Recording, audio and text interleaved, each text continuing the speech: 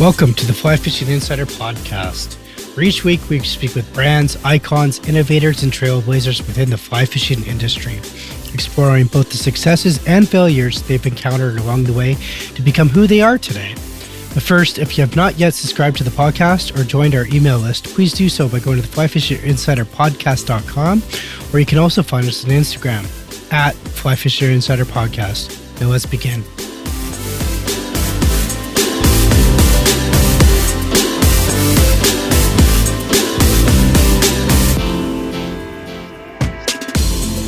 Today's guests are Tim Jenkins and Kai Aston.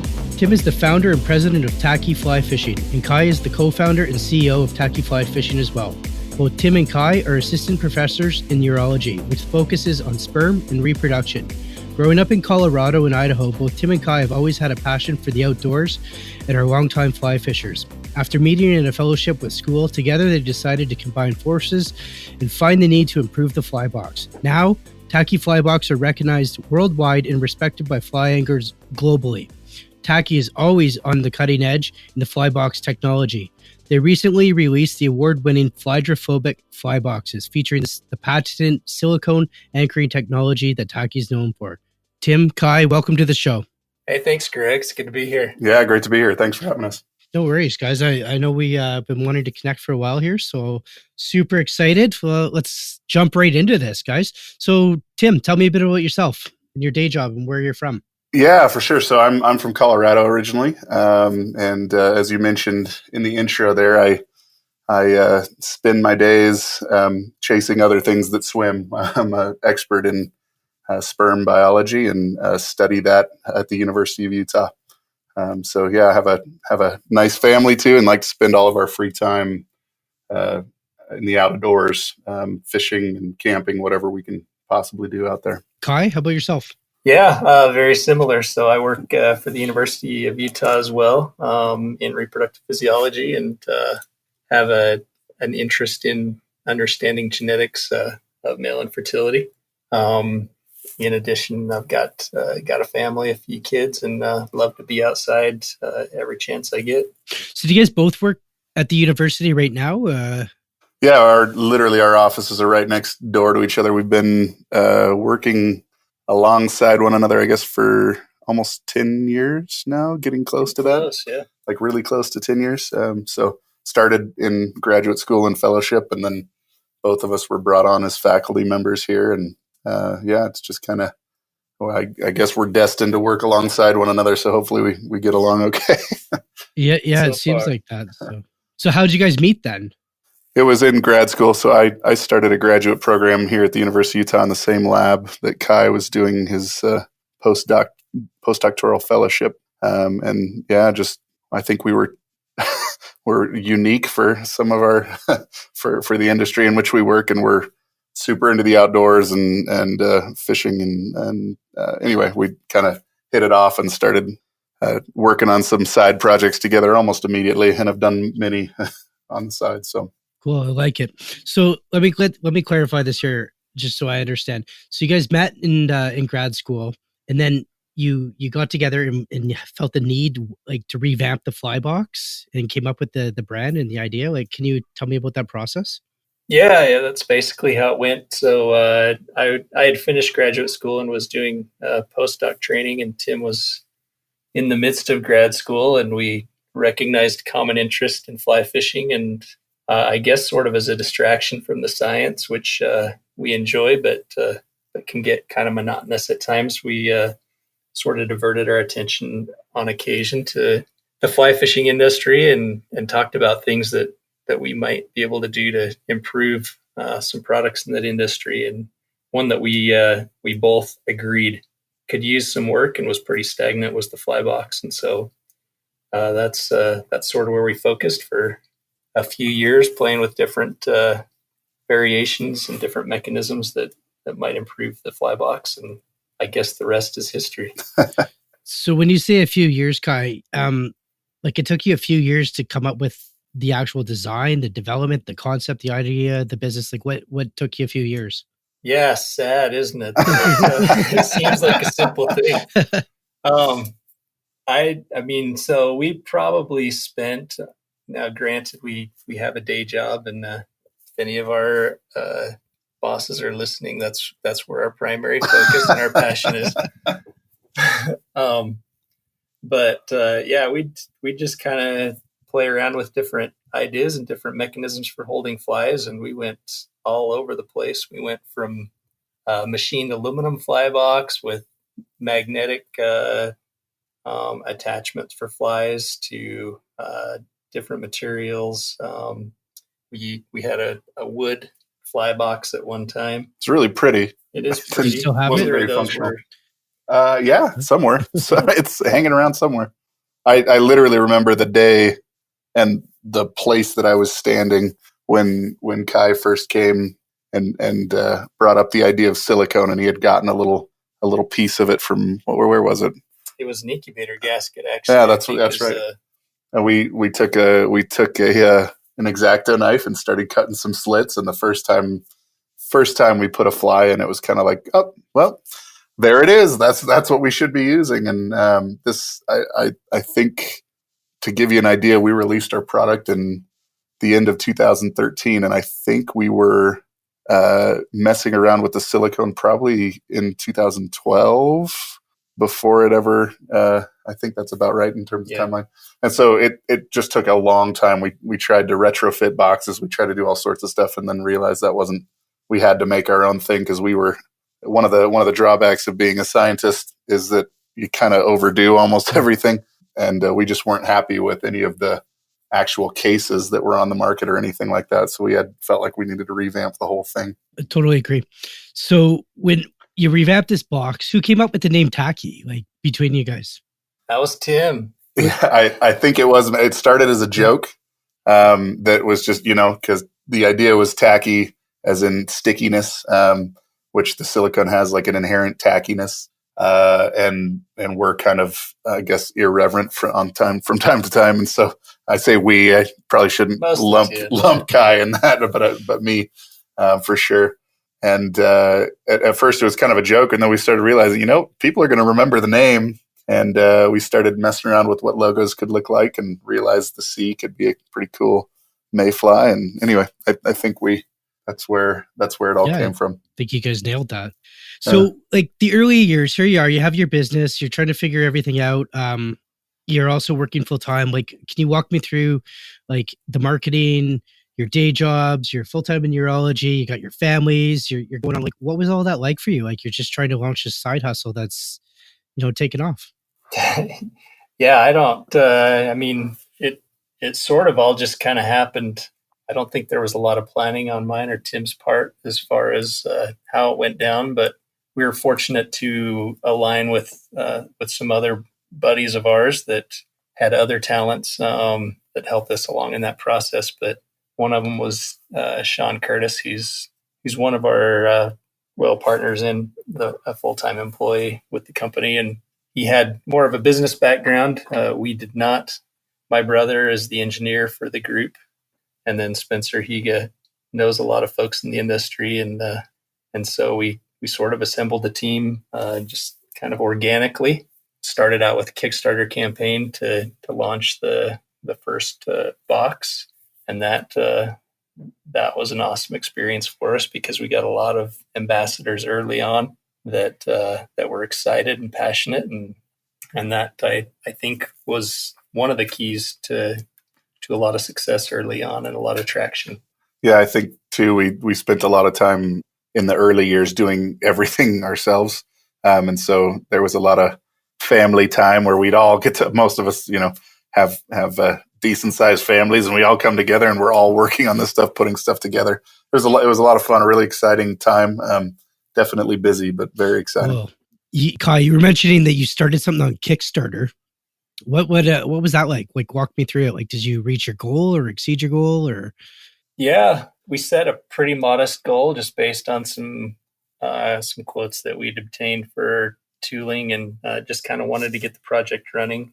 We ended up doubling the goal. It wasn't huge by Kickstarter standards, but what did we raise?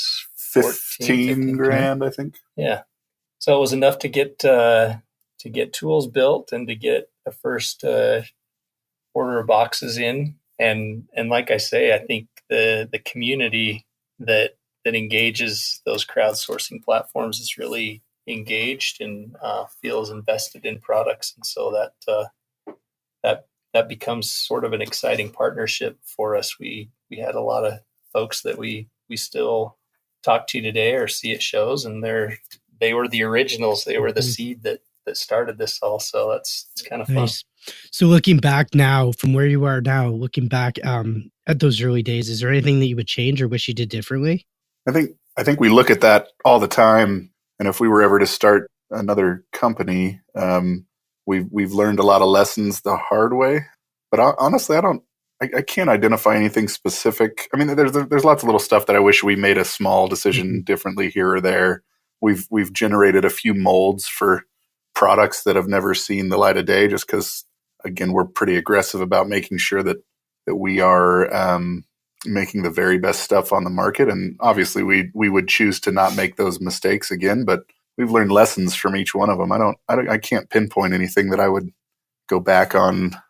So then, like, your products that you were making, like when you first started up, were they your primary focus? And like you mentioned that you had prototypes or designs of other products that didn't make it to market. Can you tell us more about this? Sure. Yeah. I don't think everything that we bring to market is definitely has gone under a whole lot of R&D and a whole lot of testing and a whole lot of thought beforehand. Like I can't emphasize how much time we spend thinking about these things and testing them, which I think is what separates us from the rest of the market.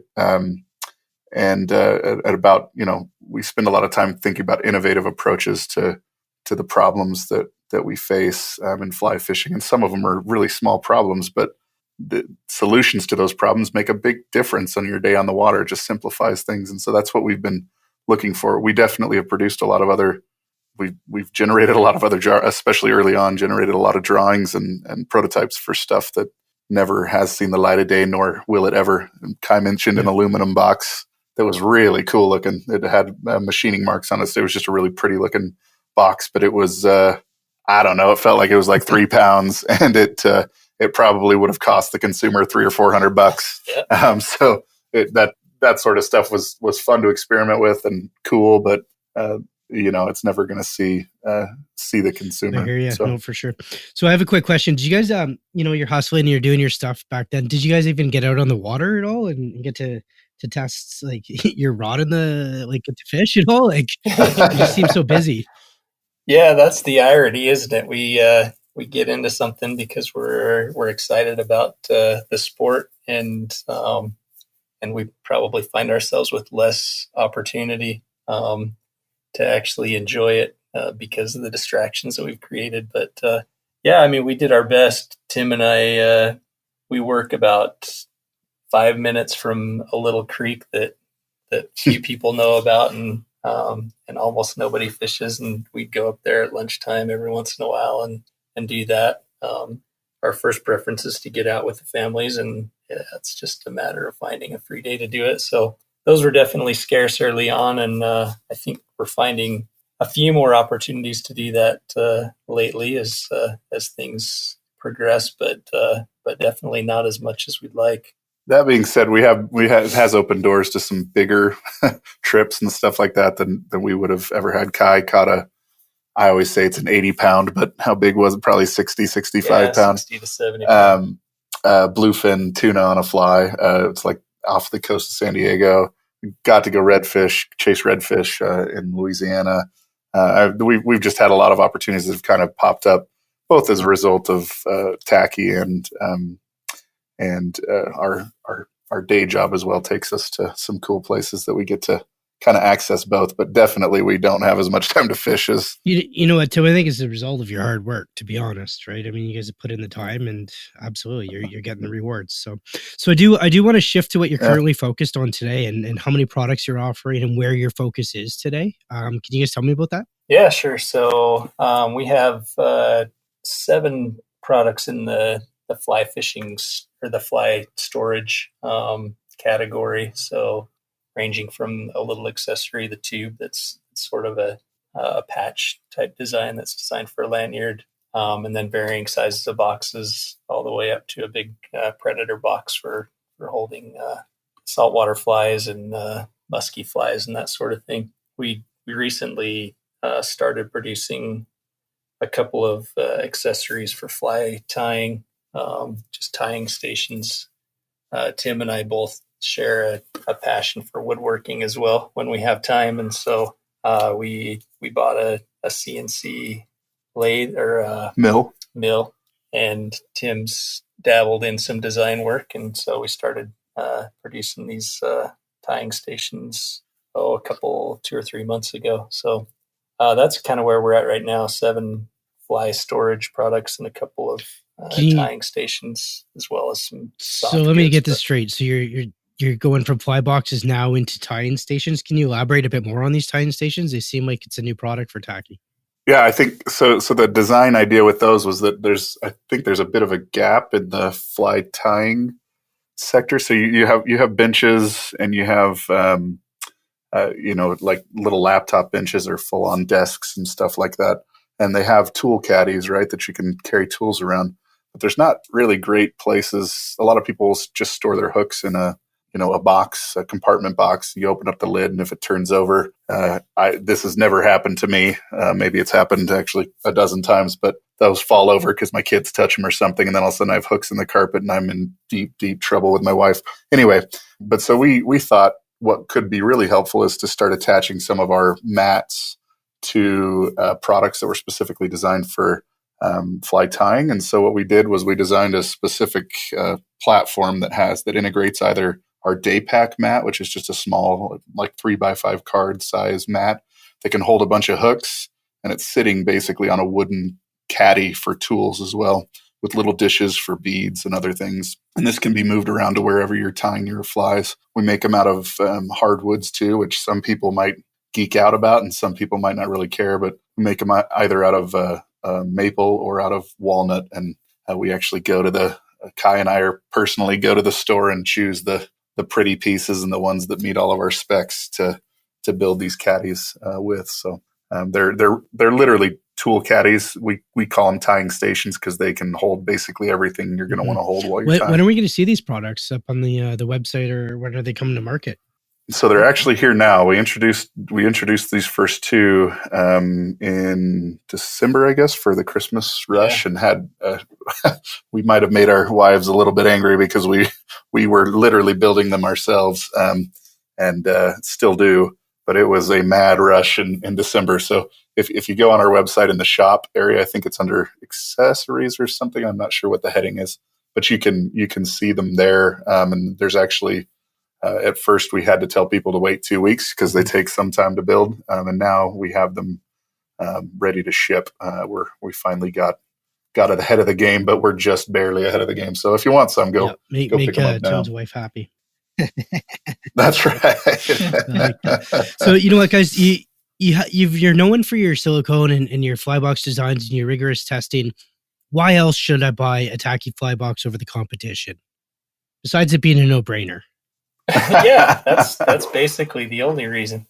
No, like Tim said, we're very deliberate in our design, from obviously the anchoring mechanism, the silicone being the core of that, but we tried to make boxes that were a good size for a pack. We used magnetic closures just to make it easy, because we don't like latches on boxes, especially when we're fishing in the winter. Even carried that over most recently to the flydrophobic that has a latchless waterproof mechanism, which is pretty cool. Credit to Eric, our engineer, on that. Heck yeah. But yeah, I think, and hopefully, I think there is a lot of respect for innovation in the fly fishing community, and we're excited to have been the first in that space. We're unfortunately not the only, due to a number of reasons at this stage, but a lot of people appreciate the fact that we innovated it, and we will continue to innovate things, and not just try to pick up on good things that other people are doing. So hopefully that's a driver for some. You know what? It's funny you mentioned that, because it's kind of like where my next question was. I was basically you summed it up, right? I was basically going to ask you guys why Tacky fly boxes are so successful in a niche where others may have failed, or they're not as successful as you guys. So, I mean, do you have any follow up to that, Tim?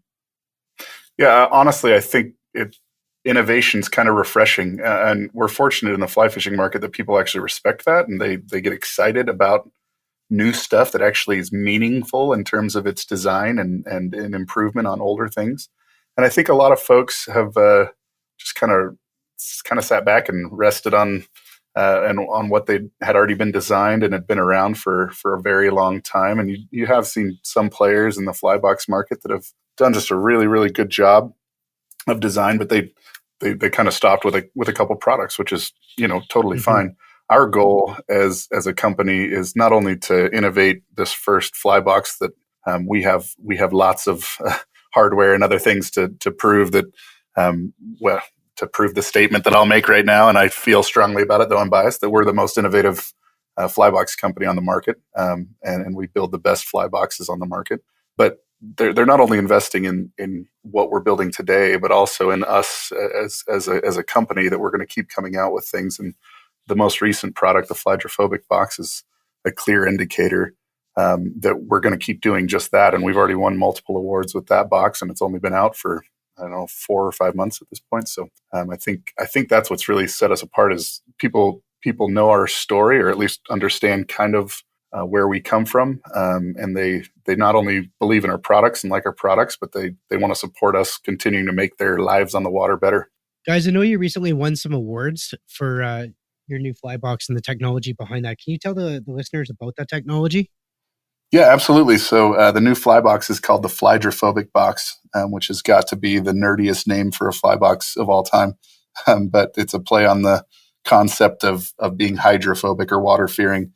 Ever since we have started the company, people have asked us to build waterproof boxes, and we've always been incredibly resistant to it, because waterproof boxes are by nature waterproof in both directions. And I personally have lost lots of flies in waterproof boxes just because I put one wet fly in a box, close it, and the rest of them rust out. I lovingly call waterproof boxes rust coffins, because that's really what they are, in my opinion. So we refused to ever build a waterproof box unless we could solve that problem. And we've done it with our flydrophobic box. And the way we did it was we built a box that is totally waterproof, but that also uses a membrane that's similar to like Gore-Tex, but we use event fabrics that is both waterproof and breathable. So if you put a wet fly inside the box, not only are you okay if that happens, but your fly is going to dry off, just because it won't let any water in, but it will also ensure that the fly itself can dry over time, which makes sure that all of the flies in your box aren't going to just be rusted out the next time you do it. And we also built, because one of the things we hate about waterproof boxes is latches, because it's always the first place of failure, and we don't want our boxes to fail. So we built as far as we know, the very first latchless waterproof box as well, which is all incorporated in the flydrophobic box. And we use some artwork done by Tim Johnson from Tim Johnson Gallery. It's a beautiful, like, brook trout pattern that you can see on the front of the box too. So it's a really nice looking box, but it also functionally is kind of far superior to any other waterproof box on the market. Awesome. Kai, anything else to add to that? I think he covered it. That was our motivation, was just to address problems that we see in waterproof fly boxes, and I think it worked out. We've got the analytical side of me. Did a lot of testing with evaporation rates with open boxes and with boxes with that event membrane. And so if anybody would like to see the data, you can just contact me. I just love the technology you guys are doing, evaporation rates and stuff like who actually thinks of this stuff? Kai thinks of it. Well, we both kind of think of that stuff, but if you want to see a really geeked out graph, you can definitely contact Kai. I bet you could provide that to me in a New York second, right? I bet there's no, but it prevents my hooks from rusting, and it prevents my flies going to crap. So I you know what? It's great. So I'm definitely sold. One of the things that caught me in you telling me that story, or that bit of information, is you kept on referring to we and us. So I'm assuming you're referring to your team as well. How many people are on your team and how many are full-time employees now? So we have Spencer Higa and Sean Curtis are full-time. Sean Curtis became full-time early on, probably a year and a half or 2 years in to the company. He's our COO, so he's in charge of all things operations, and so it made sense for him to come on full-time. Spencer came on more recently, and so those are our two full-time employees, but we also have a number of we've been fortunate to grow so quickly that we have a bunch of part-timers as well that help just kind of fulfill orders, and we have an extensive QC process, a very extensive QC process to make sure that if you ever have a problem, that nobody ever really does have a problem with one of our boxes. If you're one of the very few that does have a problem with one of our boxes and something comes up, just contact us. You'll get taken care of, no problem. Yeah, I think to answer your initial question, we probably have, between 7 and 10 employees at the moment. I think that's about right. So do you guys staff seasonally? Like come Christmas time, you stock up like Amazon in a sense, like bring on more staff, or come spring, it's like, hey, the ice is off, it's time to load up, or anything like that. We don't do as much seasonal ordering for shops, or we don't do seasonal selling as much as other companies do, and so it's actually kind of a constant need. We do have quarters that are slightly slower than others, but I think that's just typical in the fly market. There's no giant rushes. We do have on occasion, multiple occasions, we have had very large orders come through, and it's kind of all hands on deck. But I don't think we bring on additional people during that time. It's more just everybody's working a little bit more than they were before. Get all the owners there for overnighters every once in a while. Get all the owners there for overnighters, which still we're still a very small company, so that sort of stuff still goes on. That's so funny. I like it. On the website, when I was looking at the website, you guys have a pro staff team. Tell me about how that works. Tell me how this process of selecting pro staff are. I mean, who can be a pro staffer? What goes into that? How do you become a Tacky pro staff? You got to be super bad to the bone, and there's actually a push-up threshold that you have to meet to. I'm just kidding. Honestly, we have, and all the credit goes to Spencer Higa for our pro staff team. It's been a pretty organic process. Mostly those on our team have come about because we've sought out people that really liked our stuff, but that we know well and trust, and that do good things not only in the fly fishing community, but that are just kind of pushing to not only have proved themselves in the fly fishing as great fly fishermen and fisherwomen, but that have also that are doing good things in the community. And so we've really focused a lot on that. If there's interest in becoming a pro staffer, Spencer Higa is the one to reach out to discuss that. And we really are looking for people that obviously like what we do and like our product, but are like-minded and are committed to supporting innovative companies and innovation within the fly fishing sector in general. Tim, I think you just overloaded Spencer Higa's inbox here when this airs. And that's Sorry, Spencer Higa at Tacky Fishing. I'm just kidding. I'm just kidding. You know what else I did notice on your website, you do have a program, a pro program. Can you tell me a bit about that and the offerings for your Tacky Pro program? Yeah.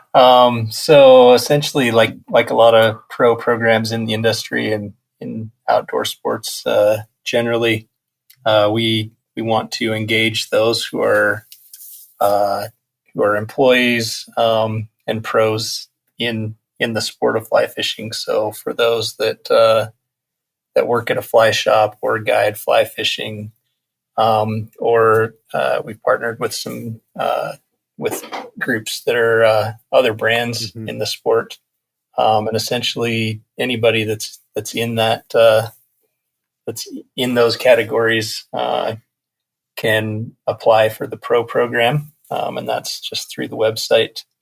There's a link at the bottom of the website to inquire about that. But Spencer also manages that group, and so we just basically ask for a little bit of documentation that demonstrates that you're that you're in the industry, and that allows you access to some special discounts on fly boxes through our website. I believe it's like 40% or something off. Who doesn't want to save 40%, right? Yeah. Yeah, Last exactly. count, again, cruising the website, and from what I researched about you guys, you got a lot of hardware, like you mentioned earlier in the show. Is it over a dozen awards you've won by my count? Correct me on that. What was it like? Cumulatively, I think we've won. I mean, it's well over a dozen if you count awards and magazines and stuff like that. In terms of like some of the biggest industry awards, like the IFTD Best in Show Award, I think we've won 5 of the last 6. Is that right? From our space, 4 of the last 5. One of those, I can't remember how long we've been doing this now. Yeah, that's right, 4 of the last 5. And so, in addition to some that we're really proud of, like Gray's Best and some others that, I mean, really beat the living crap out of your product to see what's the best stuff out there. Yeah, we're super, super proud of that, and really feel like it validates our personal opinions that we're the best. There's a lot of love for our company out there, which we're so grateful for. It's a little bit humbling to put some of this stuff together and to be able to walk away with not only with the hardware, right, but what matters a lot more is the fact that people that I've looked up to my whole life and an industry that I've loved my whole life, it recognizes that we're doing something cool, and it makes us feel like we're a part of something a lot bigger. You guys are doing something cool. Totally agree with that. And I think, in doing that, it's because you both seem to work so well together and are such great leaders. Like, where do you guys get your energy and inspiration from? Go for it, Kai. Boy, I don't know. Some days it doesn't feel like I have a lot of energy, but no, I think it's just excitement for what we're doing. Both, I think the same things that drew us to careers in science, our passion for learning new things and coming up with new solutions. I think that keeps me going every day, and it's a bonus that on the tacky side of things, it's something that we have grown up enjoying, and that's just fun and new every day. I think that's the basis of it, is just that things change and things don't get boring. Mm-hmm. Tim, anything to add to that? No, I think that sums it up well. We in terms of working well together, we obviously have worked together in a lot of different in a lot of different contexts. We have multiple patents under our name in the biomedical industry, and are involved in multiple little startups there, as well as scientific work together. And I don't think you find success in any of these unless you figure out how to work together. And I think both of us are pretty easy to get along with guys, but are also and share a lot of similarities, but we're also extraordinarily different than one another. And those differences work I think they're very complementary and work really, really well together. And because that could be a negative thing if we wanted to make it a negative thing, but both of us are, like I said, have pretty calm personality. Well, I shouldn't call my personality calm, but I'm a little loud and things, easygoing personalities where, we're willing to work together and compromise and figure out how to come up with the best solution for the problems that we see, whatever field we find them in. Mm-hmm. Tim, you mentioned the differences in working together. Do you guys share the same vision and goals going forward together? For the most, I mean, definitely in concept, like with broad strokes, absolutely, that's true. We may often, I think we differ slightly in terms of the best way to accomplish some of those things, but it almost always, like as an example, Kai is much more, when we talk about quality of product, you can lend a lot of that credit to Kai, and as well as others on our team. He makes sure that things are perfect, that the product is not gonna in any way fail people. I, on the other hand, am very much more, not that I want product to fail for people, but I'm very anxious to get things to market, and to push to get stuff out as quickly as possible. And that can often could often lead to arguments and hurt feelings and that sort of stuff, but it never does. With that, it's literally, we know we both have the same goal in mind, and we figure out the best way to kind of meet in the middle. That's one example of lots of different things that we look at a little bit differently. But again, we share the same vision for what we want in the future. It's how we get there that we differ on, but that's a good thing. That makes sure that we're balanced in our approach. Can you share any of the visions that you guys have in the future for us, like goals going forward? I know you did mention innovation, growth, and whatnot earlier, but is there anything else you can touch on? Yeah, I mean, without disclosing too much to potential competitors. Darn it. Sorry. I think the crux of it is that we want to continue to innovate, to come up with new and better ways to do things. We're certainly focused on the fly storage market at this stage, and that's probably where we'll remain in the near future, just because there's still a lot left to improve upon. We certainly have a product roadmap that is quite ambitious, and we don't get things out as quickly as either of us would like, just because of everything else that's going on. But we have some exciting products. Also working on a pretty cool collaboration that hopefully we'll be able to talk more about in the coming months. Sorry for very vague information. You know what? It gives us something to look forward to. That's I'm right. liking that. So hopefully it's just in time for July. Well, we'll see. Yeah. So, I feel like I know you guys already and so well and whatnot. And looking at your story is the ultimate side hustle. And you guys have hit it big time. You've come off, you're recognized globally. You have multi-award winning products. You're top of the game in the fly box biz. What advice would you give to those that are starting out and wanting to do their own kind of gig here in the fly fishing industry? I would encourage them to be really thoughtful about what improvements they want to make. We've talked to, I can't tell you how many people have actually just reached out directly to us, wanting to talk to any member of our team, but often they're referred to Kai and I that have this same question. They're like, hey, I'd really like to get involved in the industry. And often the kind of default is if they want to build products, they kind of just want to build a brand and slap their logo on something that's kind of already ubiquitously in the market, like nippers that they can be picking up from Alibaba and that sort of stuff. If you really want to make a splash, in my opinion, in the fly fishing industry, and I don't think all industries are, in fact, I know all industries aren't quite like this. The fly fishing industry seems to really appreciate innovation. And so if you really want to make a splash, I think you come up with an idea that is that makes a meaningful improvement on an individual's day on the water, and you test it in a place like a Kickstarter. I can't tell you how valuable that was for us. It's a great way to test this market, and I guess most markets, but specifically the fly fishing market. And then recognize that when you're going into it, it's something I think we were a bit naive to, that you're going in to be a businessman. You're not going in to be or woman, right?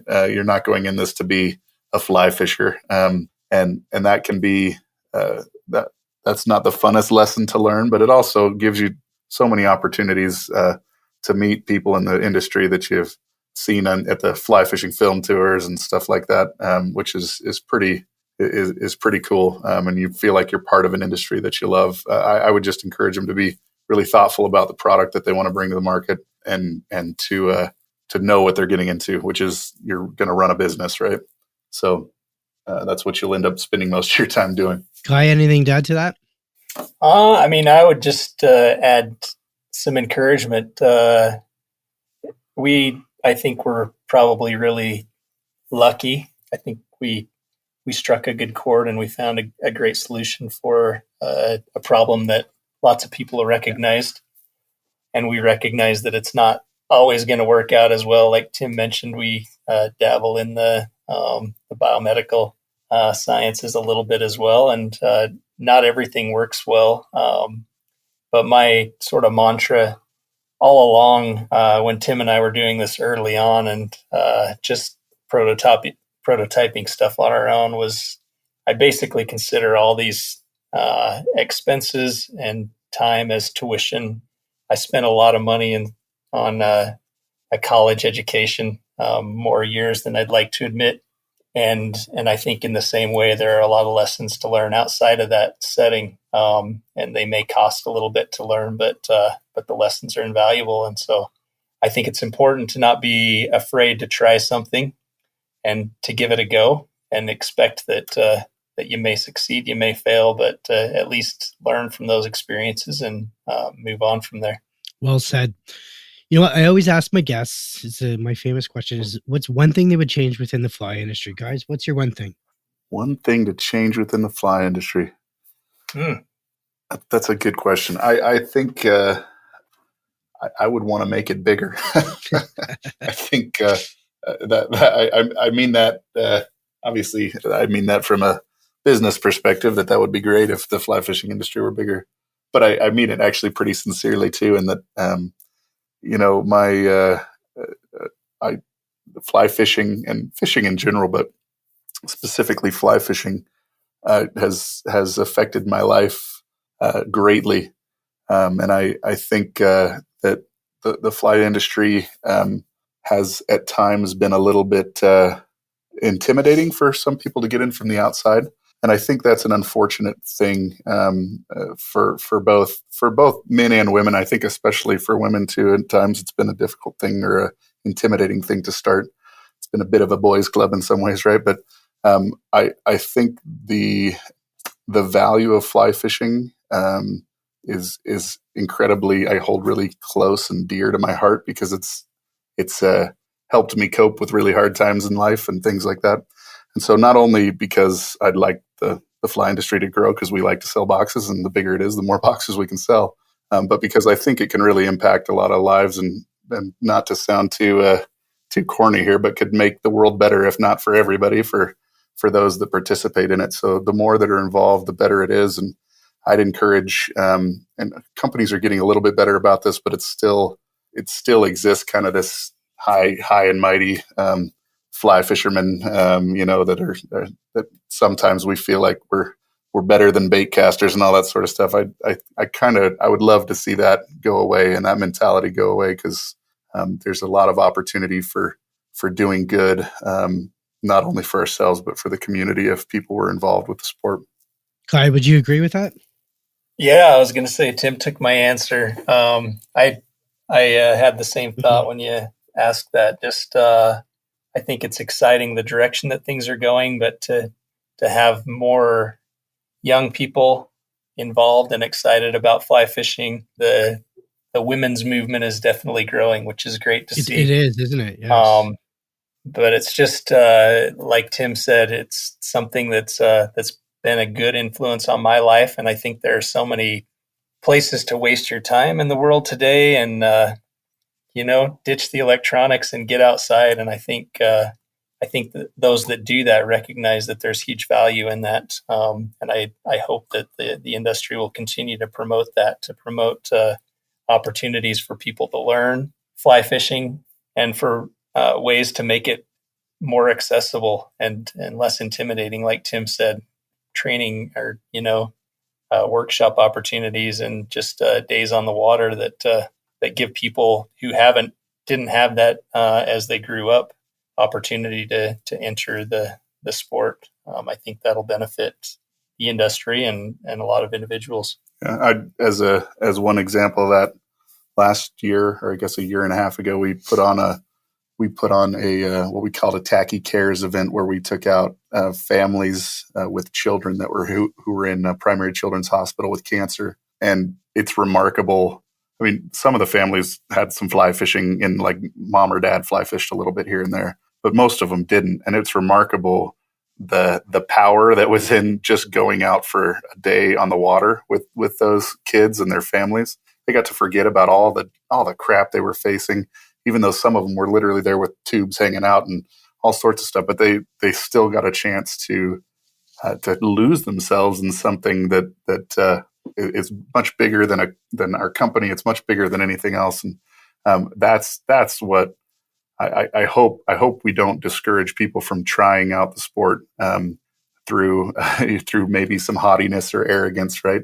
That people want to get involved, because it really is a powerful thing. And I can say, I think for both of us that was probably the best day we've ever had as a company, was taking out that group of kids and their family. It helped us recognize exactly why we do all this sort of stuff in the first place. Tim, that strikes a chord with me as well. Are you going to be doing that again this year? That's the plan. Yep. So the plan this year is to actually take out kids in the foster system. We're still working on some details, but that's the goal. The fun thing is and because of all of our fans, it's been great. We actually get to engage the fly fishing community. Last time we literally reached out and we got flies from all over the world. We just said, hey, we're going to host these kids. If you guys want, we'd love to fill up boxes with flies that are tied to encourage these kids to keep fighting and their families to stay positive. And man alive, our families, actually Kai and I's family, got together to have to load up these boxes. And it was a job, because we got letters and flies from all over the world, from people that have fought their own cancer battles and things like that. It was a really, really cool experience. And we plan to repeat that, not just this year, but moving forward. That's something we always want to do. So if I wanted to get involved, or any of the listeners wanted to get involved, could we get involved with that as well, or donate our time, or is there resources, or is there something that we could do to help you guys with that journey? Because it sounds like it is for a great cause. It doesn't sound like it is for a great cause. And it's something, again, like it struck a chord with me, and I'm sure I'm not the only one that's sitting there listening to this and what the amazing work you're doing. So how else can someone get involved? We appreciate that. If you follow us on social media, we will be notifying, or the main forums we use are Instagram and Facebook. And we'll absolutely be notifying people when these things are happening. And when they do, we will put out a call for help. And probably, I don't know exactly what form it'll come in. It might be exactly what we did last time. We're still brainstorming some things right now. But that's absolutely the best way to do it. If you are really engaged and really want to get heavily involved in some way, feel free to email Kai or I. I would be happy to talk with you if you have ideas about who we could help the most. That's really what we want to do. We want to leverage our success and our kind of team of followers that we have through Instagram and Facebook to do good in the fly fishing community, but beyond as well. And so, if anybody has any ideas, feel free to reach out. We would be more than happy to listen to any of those, any thoughts the community might have. I love it. It's great to hear. Because I want to shift the conversation here to our frequently asked questions. But before I do that, I did hear a rumor, and I kind of want to have it summed up. It's for Kai. Kai, I heard a rumor that you were involved with cloning an animal, more specifically a mule. Can you confirm this with me? Yeah, that's a true story. That was during my graduate work, actually early on in my graduate career, and some might consider it the pinnacle of my career, which isn't a good place to start. But I was a graduate student at Utah State University, and we did some cloning of cattle as well. But certainly the most exotic project was a project that was funded by a businessman in Idaho. And it was a joint project with Utah State and University of Idaho. But the request was to clone his favorite racing mule. And so we set out to do that. And it took a couple of years to have success, but we ended up with three clones of the same animal, and actually had the opportunity to go to the inaugural race in Winnemucca, Nevada. So if anybody finds themselves out in that neck of the woods in the middle of the summer, look up the mule race venue. It's pretty exciting and unique. Did this mule have a name? So there were three in the fire. So the first one was Idaho Gem, GEM, which is Idaho is the gem state. Mm-hmm. The other two, one was Idaho Star. And man, I didn't know there was going to be a test on this. I can't remember the other one. You know what? When I did my research, I just wasn't sure. And I saw Idaho Gem, and I'm just like, how is this? I didn't believe it when I saw it, so I had to look into it, and sure enough, it's there. So I love it. Yep, it happened. I love it. You know what, guys? I'm going to jump into a few quick frequently asked questions from our listeners here, and I'll just call out your name. So I'll go, Kai, I got you on the line here. So how many days a year do you fish? Oh man, not enough. I'm probably in the 10 to 20 range most years, sadly. I think about fishing every day, but it's just a matter of getting out on the water. That doesn't happen as often as I'd like. Tim, what's your best fishing trip memory so far? Oh man, so probably catching tuna and yellowtail off the coast of Sandy. Well, I guess it's the northernmost stretches of Mexico, out in the blue water.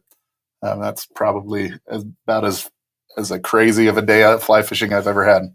Cool. And Tim, what's your fly gear setup as well?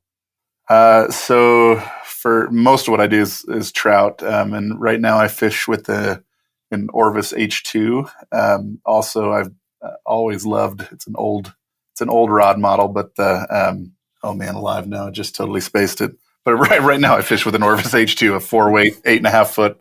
The X2, the Sage X2. That's what I had fished with previously. Kai, if you had just one fly in your fly box, what would that be? That's tough too. I love fishing dries, and I would have to say, just growing up, just for the pure memories of it, my dad was always a go-to to Adams, and parachute Adams, and they work well, and more importantly, it's what I grew up tying on. So I guess I'd go with that one. Probably wouldn't be the most productive, but hey, something about those dries, right? Yeah, definitely. Yeah, for both you guys, what's your dream fishing trip destination, like a bucket list spot? Somewhere in the middle of nowhere in the Pacific on an island that nobody's ever been. Either there or basically anywhere on New Zealand sounds pretty interesting to me too. Cool.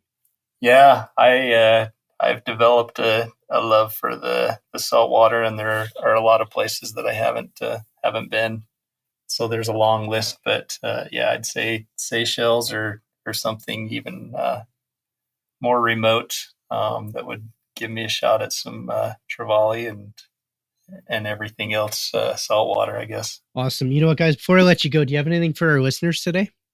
Sure. We've got a discount code. We don't sell any of our boxes on our site currently, but if they're interested in going and picking up some of our soft goods, shirts, hats, that sort of stuff, they can just in the checkout, in the promo code, just enter FishTacky19 and get 20% off any soft goods. So yeah, go check them out. And while you're there, check out our new fly tying stations that we mentioned earlier. Awesome. I love it. You know what, guys? Thanks a lot for being on the show today. Absolutely. Thanks for the chance. Thanks.